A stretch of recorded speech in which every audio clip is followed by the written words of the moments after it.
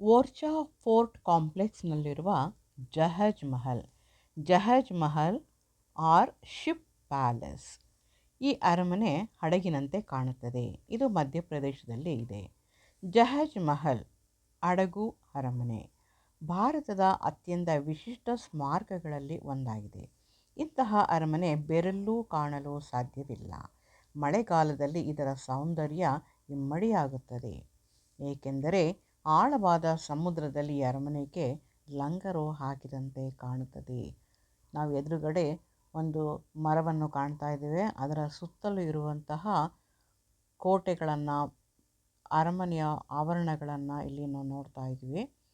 15ನೇ ಶತಮಾನದಲ್ಲಿ ಘಿಯಾಸುದ್ದೀನ್ ಖಿಲ್ಜಿ ತನ್ನ 15,000 ರಾಣಿಯರಿಗಾಗಿ ನಿರ್ಮಿಸಲಾಗಿದೆ ಎಂದು ನಂಬಲಾಗಿದೆ. ಈ ಕಟ್ಟಡದ ಎತ್ತರ 121 ಮೀಟರ್, ಅಗಲ 15.2 ಮೀಟರ್ ಇದ್ದು ಕೆಳಮಹಡಿಯಲ್ಲಿ 3 ಬೃಹತ್ ಕೊಠಡಿಗಳಿವೆ. ಎದುರಿಗೆ ಜಹಜ್ ಮಹಲ್ ಕಾಣ್ತಾ ಇದೆ. ಮಳೆಗಾಲದಲ್ಲಿ ಇಲ್ಲೆಲ್ಲ ನೀರು ತುಂಬಿಕೊಂಡಾಗ ನಿಜವಾಗ್ಲೂ ಕೂಡ ಅಲ್ಲಿ ಒಂದು ಹಡಗು ನಿಂತಿರೋ ಹಾಗೆ ನಮಗೆ ಕಾಣುತ್ತೆ.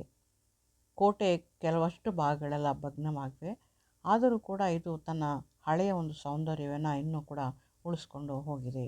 ಇದು ಕಬ್ಬಿಣ ಮತ್ತು ಕಲ್ಲಿಗಳಿಂದ ನಿರ್ಮಿಸಲಾಗಿದೆ. ರಾಣಿಯರಿಗಾಗಿ ಸ್ನಾನದ ಕೊಳವನ್ನು ಹತ್ತಿರದಲ್ಲಿಯೇ ನಿರ್ಮಿಸಲಾಗಿದೆ. ಮುಂದೆ ನಾವು ಚತುರ್ಭುಜ ದೇವಾಲಯಕ್ಕೆ ಭೇಟಿ ಕೊಡ್ತಾ ಇದ್ದೀವಿ. ವಿಷ್ಣುವಿಗೆ ಸಮರ್ಪಿತವಾದ ಚತುರ್ಭುಜ ದೇವಾಲಯವು ಓರ್ಚಾದಲ್ಲಿದೆ. ಚತುರ್ಭುಜ ಎಂದರೆ 4 ತೋಳುಗಳನ್ನು ಹೊಂದಿರುವವನು ಎಂಬ ಅರ್ಥವಿದೆ.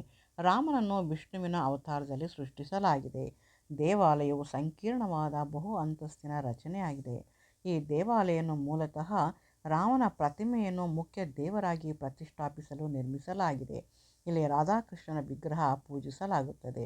ಇದು 344 ಅಡಿ ಎತ್ತರದಲ್ಲಿರುವ ಹಿಂದೂ ದೇವಾಲಯಗಳಲ್ಲಿ ಅತಿ ಎತ್ತರವಾದ ವಿಮಾನವನ್ನು ಹೊಂದಿದೆ. ವಿಮಾನ ಅಂದರೆ ಆ ಗೋಪುರ, ಬಹಳ ಎತ್ತರವಾದಂತಹ ಒಂದು ಗೋಪುರವನ್ನು ಹೊಂದಿದೆ. ಇದು ಬಹಳ ಎತ್ತರವಾಗಿರುವಂಥ ಒಂದು ದೇವಾಲಯ ಕೂಡ ಆಗಿದೆ.